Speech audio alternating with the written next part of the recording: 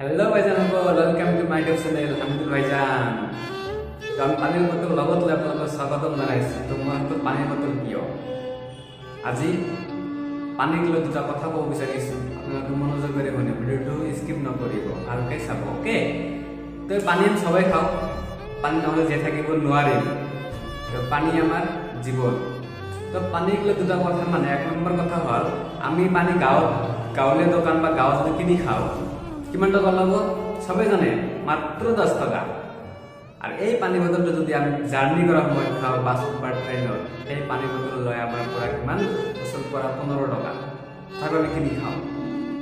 R সেই পানী bottle যদি আমি কি কৰোঁ 5 স্টাৰ হোটেলত কিনি খাওঁ, তেতিয়া আমাৰ 20 পৰা 25 টকা ল'ব। তথাপি একো নকওঁ, আমি কি কিনি খাওঁ। আর সেই পানী বটল যদি আমি বিমানবন্দৰত কিনি খাওঁ 1 পৰা 150 টকা লয়, তথাপি আমি কিনি খাই একো নকওঁ।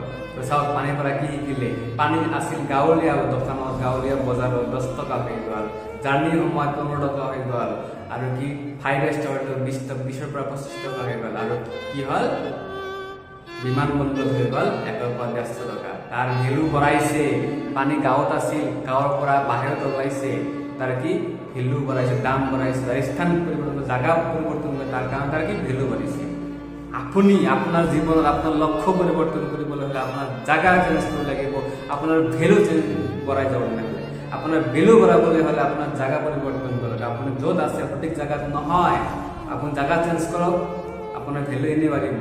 খালি গাঁৱত থাকিছোঁ, ঘৰত আছোঁ, আমি এইটো কৰিম সেইটো কৰিম, সপোন চাইছোঁ, ডাঙৰ মানুহ হ'ম, বহুত টকা ইনকাম কৰিম, ভাই ঘৰৰ পৰা ওলাওক, দুনিয়া চাওক, দুনিয়া কোনফালে গতি কৰি আছে, দুনিয়া আগফালে আপুনি আগফালে যাব লাগিব, ঘৰৰ পৰা ওলাব লাগিব।